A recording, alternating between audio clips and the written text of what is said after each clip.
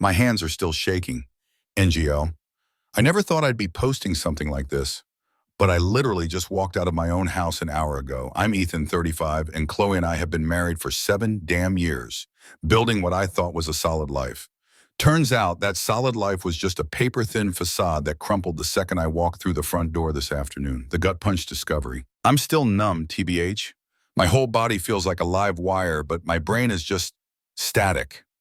This morning I left work early, had a meeting cancel, figured I'd surprise Chloe, maybe grab some lunch together. Drive home was normal, sun was out, just a regular Tuesday. Pulled into the driveway, got out of the truck, the usual. But as I walked to the front door, I heard it. Not loud, just sounds. From the bedroom.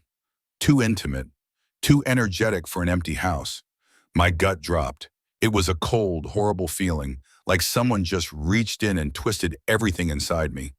I fumbled for my keys, unlocked the door, and stepped inside. The house was quiet again, but I knew. Every fiber of my being screamed that something was wrong. I walked down the hall, my heart pounding so hard I could hear it in my ears. The bedroom door was slightly ajar. I pushed it open, and there they were, Chloe and Chad. Chad, our neighbor, the guy I'd shared beers with, the one who'd helped me with yard work. They were in my bed, our bed. The shock hit me like a physical blow, literally took my breath away. For a second, I couldn't move, couldn't speak, just stood there watching. It was like a scene from a movie, a bad one, and I was just an unwilling extra. Then the switch flipped. Rage. Pure, white-hot, blinding rage. I don't even remember moving, just being across the room, pulling Chad off her. He was scrambling, confused, trying to cover himself. I grabbed him, threw him across the room, and started hitting him. Over and over. Fists, knuckles, anything I could use. I heard the sickening thud of impact, his grunts, maybe a scream. I didn't stop. I just kept hitting, felt something snap inside me. Chloe was screaming too suddenly. "Ethan, stop, please. You're going to kill him." She was trying to pull me off, clawing at my back, begging me. Her voice was shrill, desperate. It registered somewhere in the back of my mind, but I just kept going. I wanted to kill him. I truly did. Every hit was for every lie, every betrayal, every moment of our 7 years together that was now just a joke. Finally, something broke, or maybe I just ran out of steam. I yanked Chad up by his hair, his face a pulpy mess. He was whimpering. I looked him dead in the eyes. "If I ever see your face again, if you ever come near her, near my house, I will end you. You hear me? I will bury you so deep no one will ever find you." My voice was a low growl, even to my own ears. I meant it. Every single word. Then I shoved him back, watched him collapse onto the floor. I didn't even look at Chloe. She was still crying, begging, saying something like, "Ethan, please let me explain. It's not what you think." But I just kept walking. Out of the bedroom, down the hall, out the front door. I got in my truck, started the engine, and peeled out of the driveway without a backward glance. My hands were shaking so bad, I could barely grip the wheel. I drove for what felt like forever, just aimlessly, until I saw a liquor store sign. Pulled in, grabbed the first bottle of bourbon I saw, and then drove to a Walmart parking lot. Parked way in the back, popped the seal, and just started drinking. Straight from the bottle. The burn was good, a distraction from the inferno in my head. My phone started blowing up. Chloe. Call after call, text after text. I glanced at the screen a few times. "Ethan, please talk to me. I'm so sorry." "Where are you?" I ignored them. Every notification was like another punch to the gut. After God knows how long, maybe an hour or two, I answered one. My voice was flat, detached, even to myself. "It's over, Chloe. Don't call me again." I didn't wait for a response, just hung up. The words felt like they were coming from someone else. It was final. Cold. But what else was there to say? I must have passed out in the truck. Woke up this morning, my head throbbing, my body aching. My clothes were wrinkled, smelled faintly of stale bourbon. Everything hurt. My heart, my head, my knuckles. Got myself to a gas station bathroom, splashed water on my face. Looked in the mirror and didn't recognize the guy staring back. Eyes red, jaw clenched. Just broken. Bought a new shirt and some jeans at a roadside store, tossed my old clothes. Didn't even bother going home. Drove straight to the office.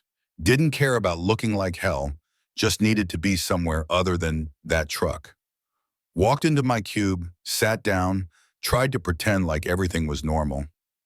Dave, my buddy, my coworker, walked over almost immediately. He took one look at me and his face dropped. Dude, what the hell happened to you? You look like you fought a bear and smelled like a brewery. He probably smelled the bourbon still clinging to me. He was right to call me out. I just stared at him, numb. Chloe. That was all I could get out. Chloe. What about Chloe? He looked confused, then concerned. I caught her, with Chad, in our bed. The words were like ash in my mouth, felt like confessing a murder, not describing my own heartbreak. Dave's eyes went wide. His mouth dropped open. No way, Chad, are you serious, man? Oh God, Ethan, I'm so sorry. He looked genuinely shocked. He started rambling. What are you gonna do? You need to talk to her. Maybe it's a misunderstanding. No misunderstanding, Dave. I saw them. I beat the hell out of him. My voice was flat. I'm leaving. I can't handle this. I'm taking the boat out. Need to get away. Just need to disappear. After telling Dave my plans, I felt a strange kind of clarity, almost a calm. The pain was still there, a dull ache beneath the surface, but the immediate, blinding rage had subsided, replaced by a cold resolve. First thing, I went to a different bank, opened a new account, transferred a chunk of money. I didn't care about splitting assets right now, just needed enough to function. I scribbled a quick note for Dave, something like, gone for a while, don't worry, see you when I see you. I knew he'd understand I was pulling a disappearing act. Then straight to the marina. My 33-foot Grady White was my sanctuary, always had been. Stepping aboard the familiar rocking, the smell of salt and fiberglass, it was the first time I'd felt anything close to peace in what felt like days. I went through the motions, a practiced ritual. Checked the fuel tanks, almost full. Good. Calculated a route, something long, winding, out past the usual fishing spots, maybe down the coast. Mentally listed provisions. Water, non-perishables, maybe a few beers, definitely more bourbon. I needed to escape, to put as much blue water between me and them as possible. As I was stowing some gear, my phone buzzed. A voicemail from Chloe. Her voice was all wavery, a carefully constructed sob. Ethan, please call me back. I'm so worried. I know you're angry and you have every right to be, but we can fix this. Please, let's just talk. Classic Chloe, always the victim, always trying to spin it, to make me out to be the unreasonable one. Like finding her screwing our neighbor was just a minor misunderstanding. NGL, I almost threw the phone overboard, but I didn't. Instead, I called her back. I needed to say it one last time, to sever the cord myself. When she answered, her voice was choked. Ethan, oh, thank God, where are you? Are you okay? I'm fine, I said, my voice dead flat. And don't bother trying to find me. It's over. Don't call me again. Don't text me. Don't come near my boat. You hear me? But Ethan, please, we can work through this. I made a mistake, a stupid mistake. But I love you. You know I do. The fake desperation in her voice was almost sickening. No, you don't. You love yourself, and you clearly love Chad. We're done, Chloe. There's nothing to work through. I hung up before she could even get another word out. My finger hovered over the block button, but I didn't hit it. I wanted to see how long she'd try, just out of morbid curiosity. Meanwhile, back at the house, Chloe sat on the edge of the bed, the one where I'd found them, her face streaked with tears, a blanket clutched around her. My words, cold and sharp, echoed in her mind. It's over. She stared at her phone, Ethan's number glowing on the screen. The call ended. She tried everything, the apologies, the concern, the we can fix this spiel. It had always worked before. Ethan was so predictable, so forgiving. But this time, something was different. He sounded gone. She started thinking about their life, her life. 7 years. A good life, she supposed. Ethan had always been steady, reliable. He gave her everything she wanted. A beautiful house, no financial worries, freedom to pursue her passion. a job as an independent consultant.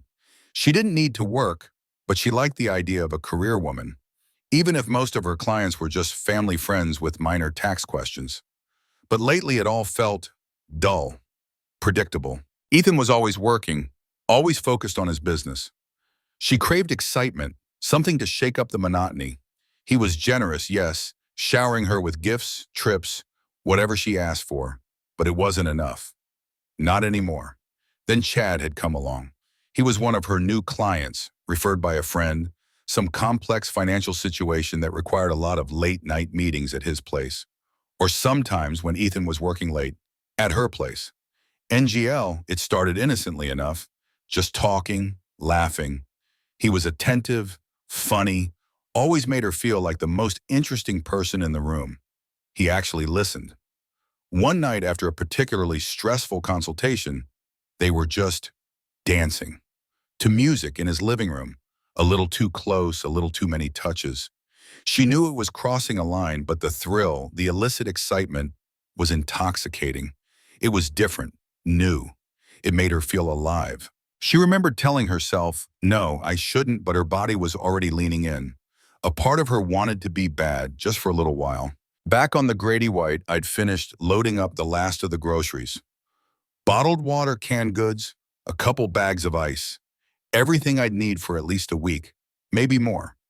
I fired up the twin outboards, the roar a comforting rumble, untied the lines, reversed out of the slip, and slowly navigated through the marina, past the other boats, past the peaceful Sunday afternoon scene that felt so alien to my own internal chaos.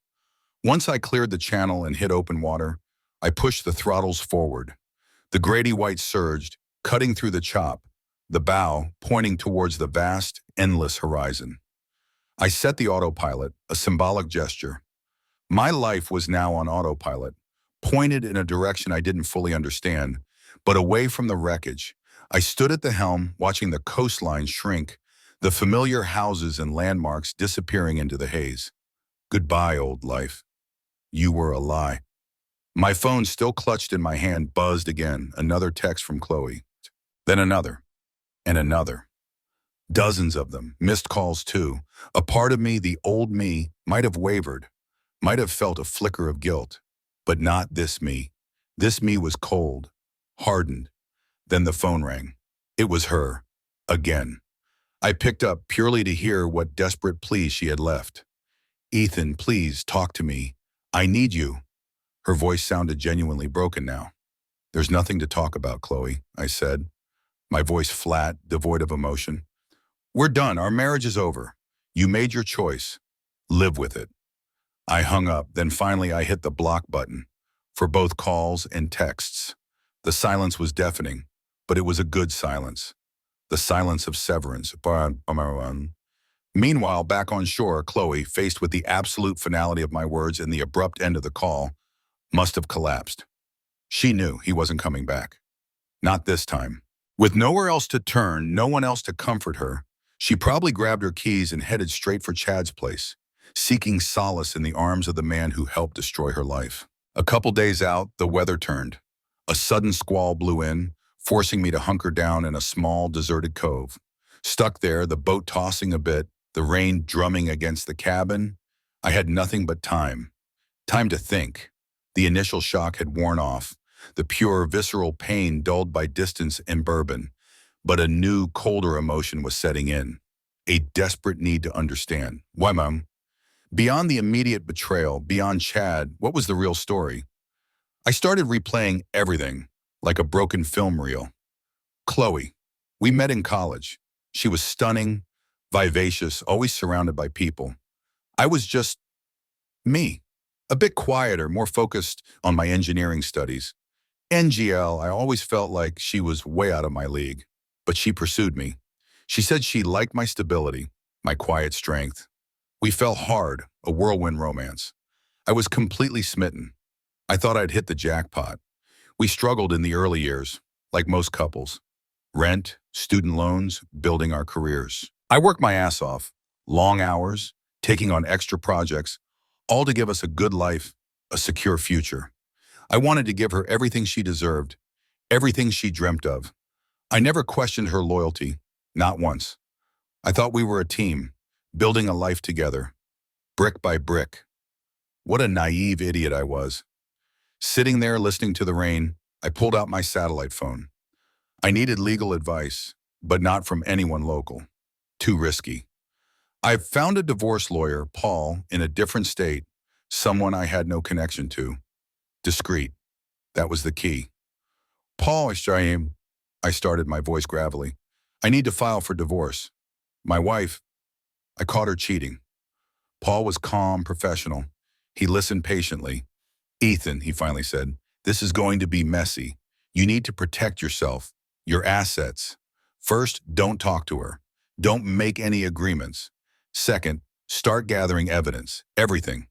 Financials, communications, anything that shows infidelity or asset concealment. Asset concealment. That phrase hit me. It hadn't even crossed my mind, caught up in the emotional fallout. But as he spoke, little things started to click into place. I pulled out my laptop, logged into our joint bank accounts. My fingers trembled slightly as I scrolled through months, then years of statements. At first, nothing obvious. Then I started looking closer. Small, irregular charges, cash withdrawals from ATMs I didn't recognize, consulting fees that seemed to pop up with increasing frequency, paid into her personal account from various random sources. Suddenly, a cold dread washed over me.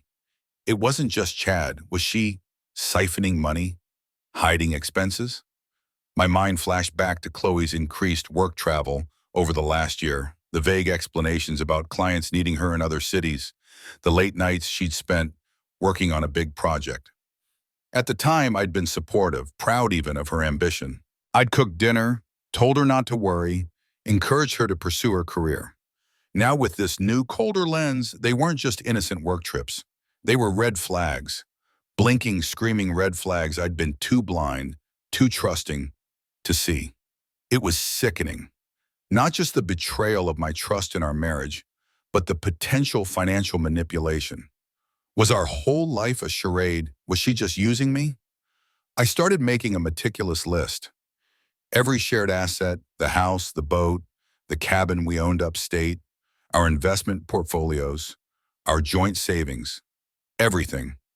I wanted to know exactly what was on the line, what she had access to. Then, the digital side. We shared a cloud storage account, a place for family photos, important documents, shared work files. I accessed it, navigated to her personal folders, scrolled through, nothing immediately incriminating, but then I saw it, a folder labeled deleted items. I clicked it, my heart pounding. There were files in there, not just random junk, documents, pictures, things she'd deliberately purged. My suspicion spiked. What was she trying to hide? I started backing everything all up. Every email between us, every text message from before I blocked her, every document in our shared cloud. I knew I'd need it. This wasn't just about my broken heart anymore. This was about survival. This was about making sure she couldn't take advantage of me further. Finally, I opened a browser and typed in private investigator, our hometown. I needed someone on the ground, someone who could confirm my worst fears, someone who could find the physical evidence I couldn't get from a boat hundreds of miles away. The storm might have kept me grounded, but it had also given me a new purpose. This wasn't just about leaving. It was about uncovering the truth. After the storm passed, I made contact with Brenda, the private investigator I'd found online. I used a burner phone and a fake name, just in case. She sounded sharp. No nonsense. I explained my situation, glossing over the specifics of my meltdown, focusing on the facts. Infidelity, potential financial issues, need for discretion. I sent her photos of Chloe and Chad, their workplaces, Chloe's law firm where she was a consultant, and Chad's engineering firm, though he seemed to spend more time at Chloe's office. I gave her general routines, places I thought they might meet. Brenda got to work immediately. Within a few days, the first report came in. It wasn't exactly shocking, but it still felt like a punch to the gut. The report detailed Chloe and Chad having lunch together almost daily, often at a small, out-of-the-way bistro near Chloe's office. Professional colleagues, I'd scoffed internally. Right. Brenda also confirmed that Chad was indeed a junior partner at Chloe's supposed law firm, which NGL was already a bit weird. Chloe was an independent consultant, not directly employed there, so why was he considered her coworker? Another tiny seed of doubt, now sprouting. Then came the real evidence. Pictures. Brenda had observed Chad visiting my house, our house, repeatedly. And not just during the day. Photos showed his car, a distinctive black SUV, parked in our driveway overnight, specifically on dates when I had been out of town on business trips, or even just fishing for the weekend. The dates matched up perfectly with my own schedule. The cold, hard confirmation hit me. It wasn't surprise anymore. It was a deep, burning resolve. I hadn't been imagining things. This wasn't a misunderstanding. This was a full-blown affair, happening right under my nose, in my own damn bed, while I was out working to provide for us. I instructed Brenda to dig deeper. I need to know everything, Brenda, not just about them. Look into any financial irregularities, any other people involved, anything that seems off. I had a feeling this rabbit hole went deeper than just Chad.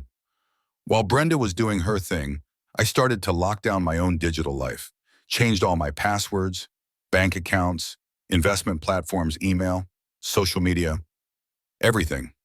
I didn't want Chloe or anyone else having even a sliver of access to my personal information. Secure lockdown. Then, back to the financials.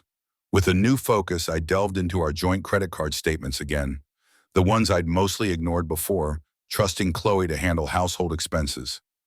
Now, every single line item was under scrutiny. And there they were, small, seemingly insignificant charges. A coffee shop nowhere near her office. A flower shop purchase I never received. Small online purchases from obscure websites that didn't make sense. Each one a tiny thread leading somewhere. What really made my stomach churn was when I cross-referenced Chloe's past work trips with Chad's known business travel schedule. Brenda had managed to get some intel on his movements through discreet inquiries at his firm.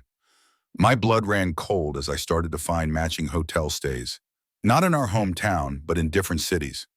Dates where Chloe had claimed to be alone on client meetings in Miami or a conference in Chicago. And Chad's schedule showed him in the exact same cities on the exact same dates. They weren't just having an affair at home. They were going on trips together, on my dime, under the guise of work. The weight of the gaslighting pressed down on me. All those times she'd kiss me goodbye, promising to miss me, telling me how hard she was working. All those texts asking if I was okay on my trips, while she was probably in a hotel room with Chad. The lies, the sheer audacity of it all. How could I have been so blind, so utterly, completely oblivious to such a blatant betrayal?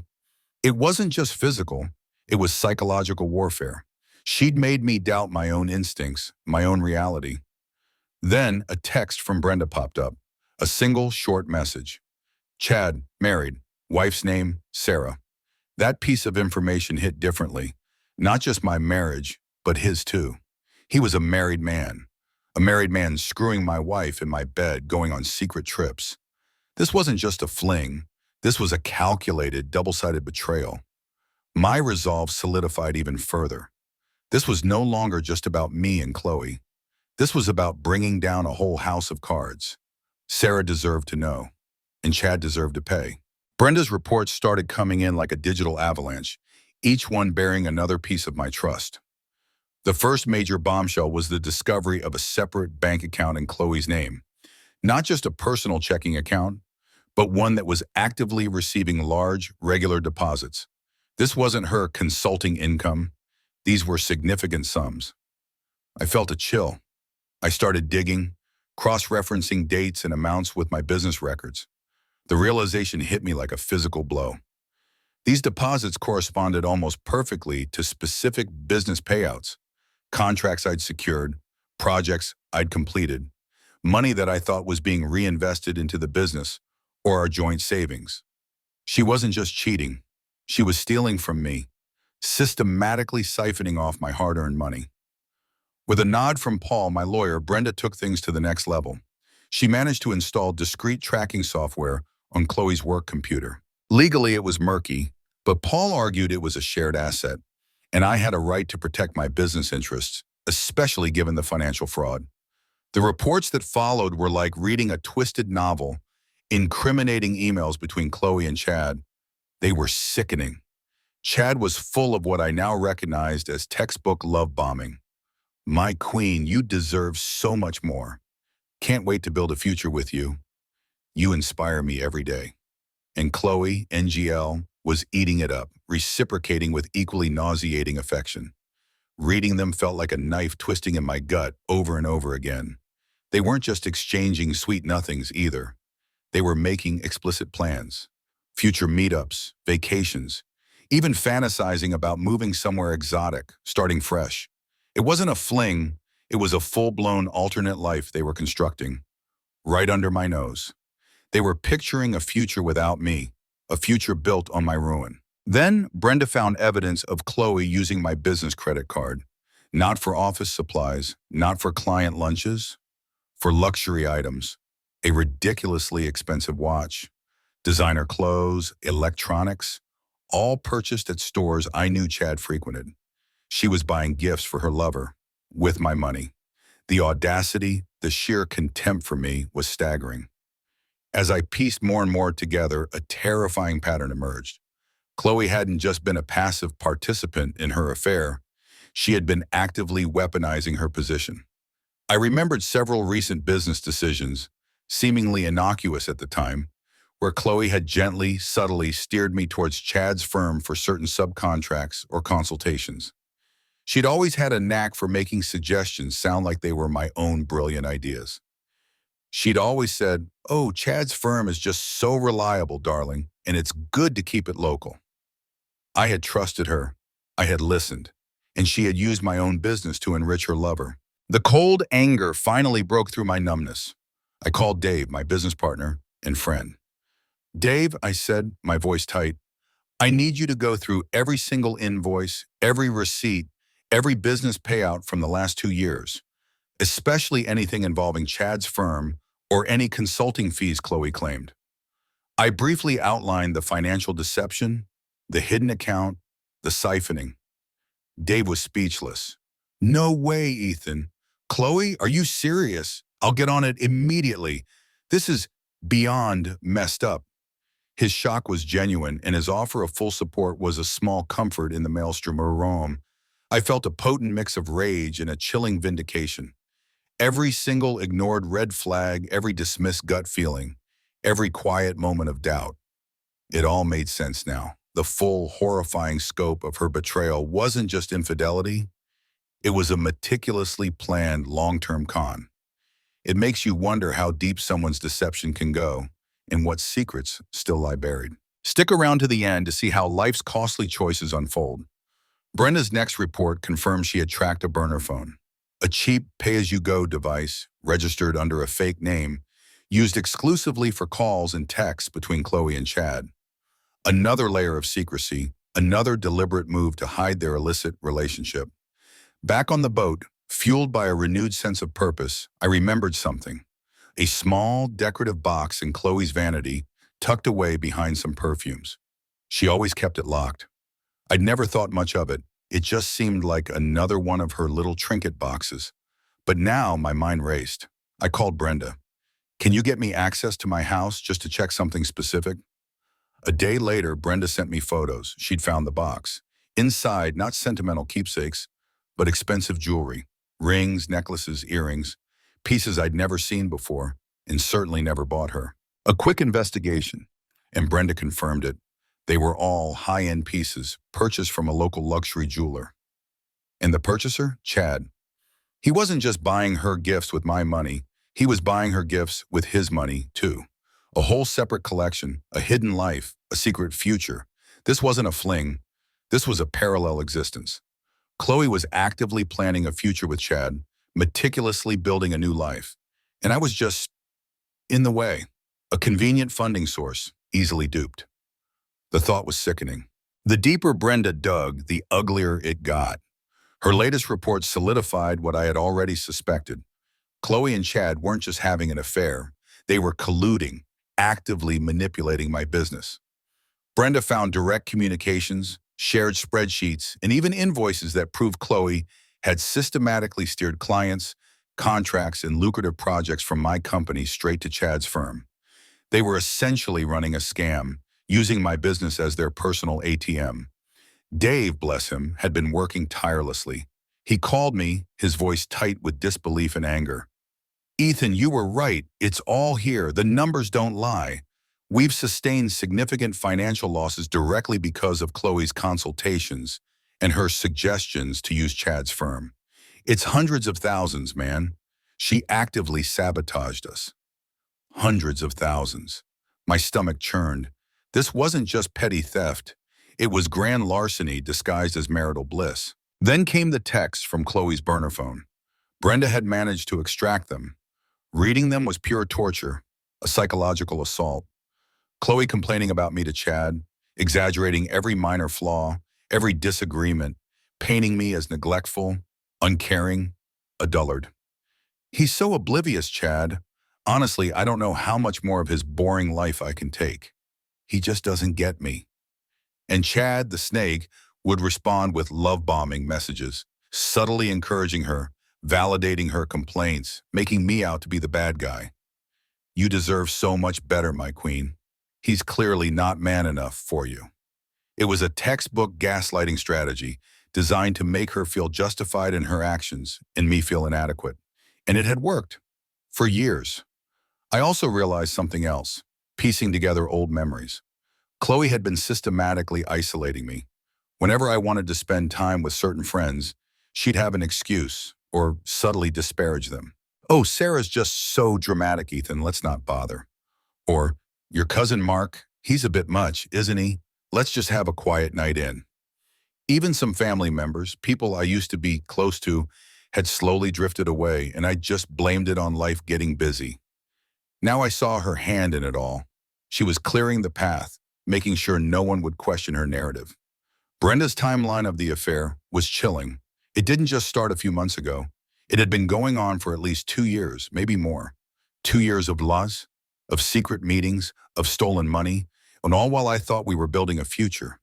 But the absolute gut punch, the one that made me physically ill, was a piece of information Brenda found buried deep in Chloe's old deleted files. Evidence that Chloe had lied about a miscarriage years ago. It had been a traumatic time for us, or so I thought. I'd grieved with her, held her, supported her through what I believed was an unbearable loss. Now it appeared it was all a fabrication, a twisted emotional manipulation to garner sympathy, to solidify our bond, to keep me compliant. That was the deepest cut. That was pure evil. I called Paul, my lawyer, again. Paul, this isn't just divorce anymore. This is fraud. This is emotional abuse. This is calculated financial damage to my business. Paul confirmed it. Then we have more than enough for a strong divorce case, but yes, depending on the jurisdiction and specific evidence, there could absolutely be criminal charges for fraud, and we can pursue significant damages for your business. I started compiling everything into a detailed evidence dossier. Every email, every text, every financial statement, every photo. It was a massive digital file, but I needed it organized, ready for battle. Brenda also dug into Chad's past. Not surprisingly, he had a history.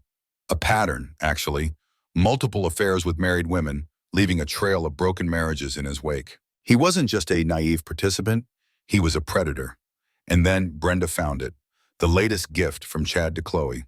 An expensive women's watch from a high-end jeweler, similar to the ones I'd seen in her hidden box. But this one had an engraving on the back, a private message.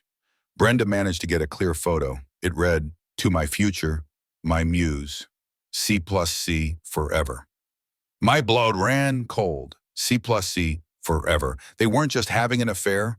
They were building a whole new life, a future together, cemented with my stolen money and their mutual deceit. My anger, which had been a simmering volcano, now solidified into a calm, hard determination. This wasn't about revenge anymore. Not entirely. This was about justice. They had stolen from me, lied to me, manipulated me, gaslighted me, and sabotaged my business. They deserved to face the consequences. I started planning. Chad's wife, Sarah, deserved to know. His law firm deserved to know the kind of partner they had. And Chloe would face the full extent of the law. I finally understood the insidious depth of Chloe's love bombing and manipulation. It wasn't just for a few months. It had been the undercurrent of our entire marriage, an elaborate performance designed to extract maximum benefit from me. With Brenda's reports and Dave's financial audit in hand, Paul and I began to finalize the legal strategy. This wasn't just a divorce anymore. It was a full-blown legal offensive focusing on financial fraud, professional misconduct, and blatant infidelity. Paul was confident. Ethan, we have an exceptionally strong case. The evidence of financial manipulation alone is enough to ensure she gets next to nothing, and you might even recover damages. Paul advised me on the optimal time to serve the divorce papers. We want to do it strategically, when she least expects it, and when it will have the maximum impact on her and Chad. He suggested a day when she'd be at her office, surrounded by her colleagues, maximizing the public humiliation. Meanwhile, Dave and I worked on a plan to recover the business losses. It was complex, involving forensic accounting and potentially legal action against Chad's firm for their complicity. We'll hit them where it hurts, Ethan, Dave promised. We'll make sure they pay for what they've done to our company. My focus wasn't just on Chloe anymore. Chad was a key player in this elaborate deception, and he deserved to pay. I drafted a comprehensive, brutally factual letter to his law firm. It detailed his professional misconduct, the ethical breaches, the conflict of interest, and the financial schemes he orchestrated with Chloe.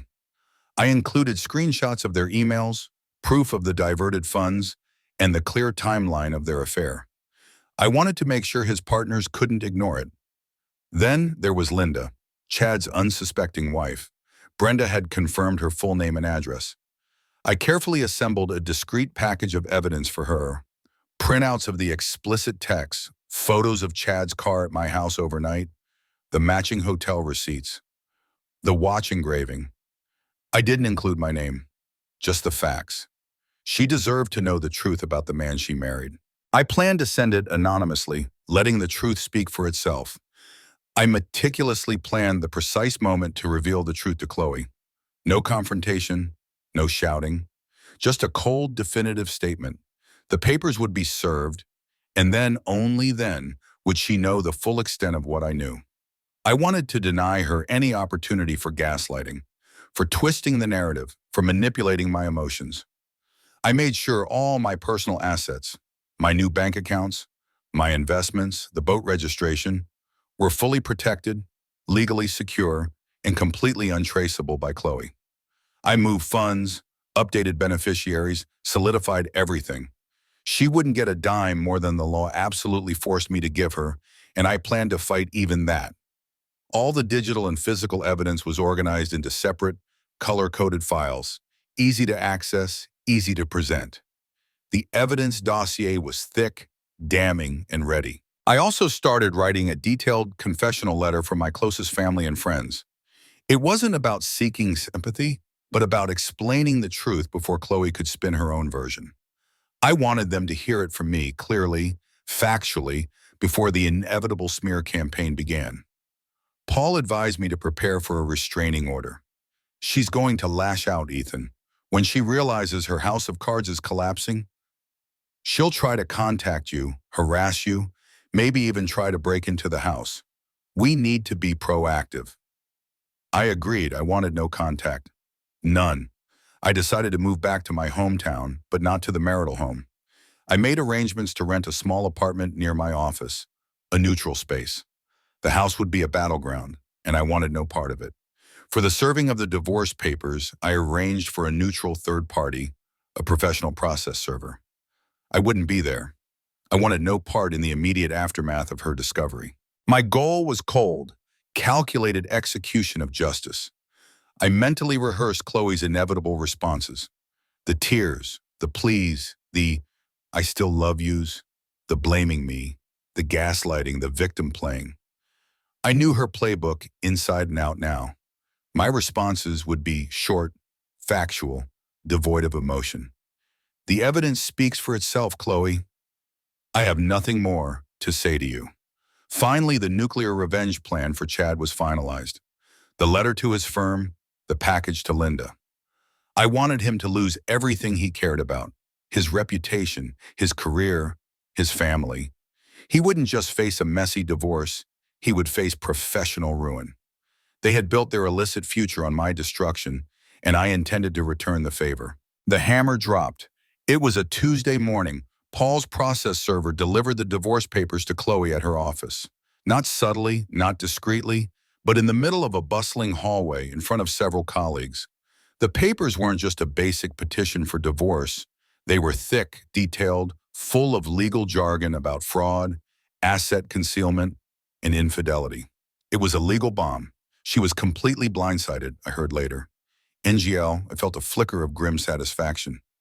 Immediately, my phone started buzzing, then ringing off the hook. Chloe, from every number she could think of. Her work phone, burner phone, even calls from friends asking me to call her. But I had blocked them all. Every single channel was shut down. The silence from my end was deafening, a deliberate void where her manipulations used to thrive. Later that day, Paul called me. Ethan, Chloe's lawyer just contacted me. They're surprised by the extent of our case. I delivered our ultimatum regarding the financial fraud. We're demanding full restitution for your business losses and a settlement that reflects her egregious misconduct. They know we have them dead to rights. He sounded confident, almost gleeful. Meanwhile, a few blocks away, Linda opened her mailbox. Inside, the anonymous package I'd sent. Brenda confirmed she saw Linda's face change as she looked through the contents. Within hours, the neighborhood exploded. Linda confronted Chad at their home, and the scene was apparently explosive. Neighbors heard screaming, accusations, and the sound of breaking glass. It wasn't just a domestic dispute, it was a full-blown meltdown. The fallout was swift. By the next morning, Brenda confirmed that Chad had been immediately suspended from his law firm, pending an internal investigation into professional misconduct and ethical violations. The rumors were already tearing through the legal community like wildfire. His reputation, his career, everything he had built, was crumbling. Chloe wasn't faring much better. Her work performance, already questionable, tanked completely. She was constantly distracted, emotional, panicking. Her firm, already suspicious due to the nature of Paul's legal ultimatum, put her on disciplinary review. Her independent consulting days were clearly over. She tried, predictably, to spin a narrative, calling mutual acquaintances, trying to paint me as abusive, erratic, jealous. But my preemptive confessional letter to my closest friends and family, coupled with the sheer weight of the evidence I'd compiled, made her attempts fall flat. People heard her, but they didn't believe her. My careful planning was paying off. Paul initiated the process of reclaiming all assets and business interests that were tied to Chloe's fraud. Freezing accounts, seizing documentation, securing my intellectual property. Chloe quickly found herself without access to shared bank accounts and credit cards. The financial strain hit her hard and immediately. She'd been living a life of luxury, spending my money, and now, suddenly, she had nothing. I filed for sole ownership of my Grady White, citing it as my primary residence and my only sanctuary. It wasn't just a boat. It was my escape, my symbol of freedom from her. Chad's professional reputation was severely damaged. Partners at his firm were furious. Clients were leaving. The whispers in the legal community were deafening. He was toxic, a liability. The best part? Brenda sent me a report from her final day of surveillance on Chloe. Chloe was seen sitting alone in a cafe, staring blankly at her phone, looking utterly defeated. The report noted she seemed despondent and isolated. She finally realized. She realized the extent of my meticulous investigation, the trap I'd laid. She finally understood that she had been utterly outmaneuvered, that I knew everything, and that there was no way out. Dave called me again, his voice softer this time. Ethan, I'm so sorry, man. I feel like an idiot for not seeing any of this.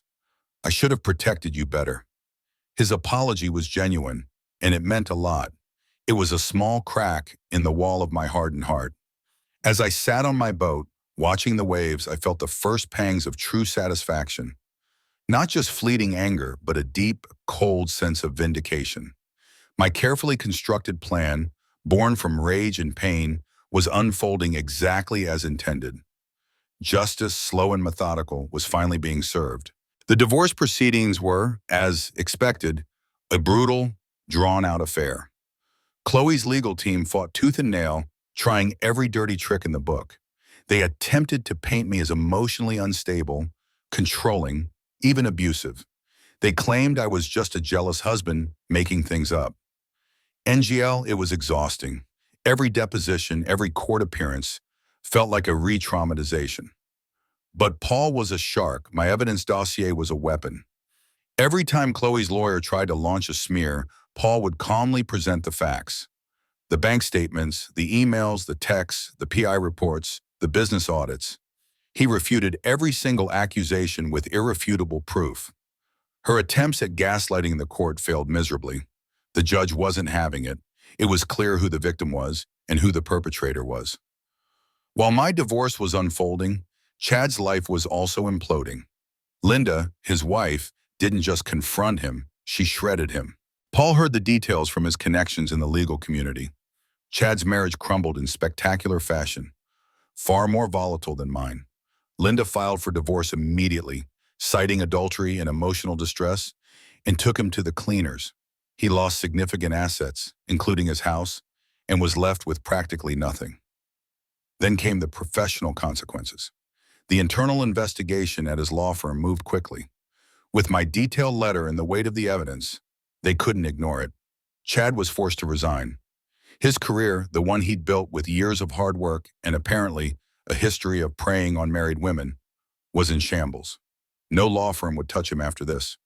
He was persona non grata in the legal community. Chloe's professional life also spiraled.